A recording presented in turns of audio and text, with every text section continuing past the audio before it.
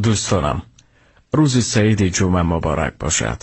خدایا در این لحظه های مبارک روز جمعه همه بیماران را شفا، همه زندانیان را رها، همه مردان را غیرت، همه زنان را عفت، همه قلب ها را آرام، همه مشکلات را آسان، همه قصدداران را خلاصی، همه راهگمان را راه، همه بیچارگان را لطف، همه دردمندان را دوای، همه بیکسان را پناه، همه خانه ها را صفای، همه توبه ها را قبول، همه عبادت ها را قبول، و هر کشور را آرامی، و در حق همدیگر دعا را فراموش نکنید. دوستان، روز سعید جمعه مبارک، بهترین روز است.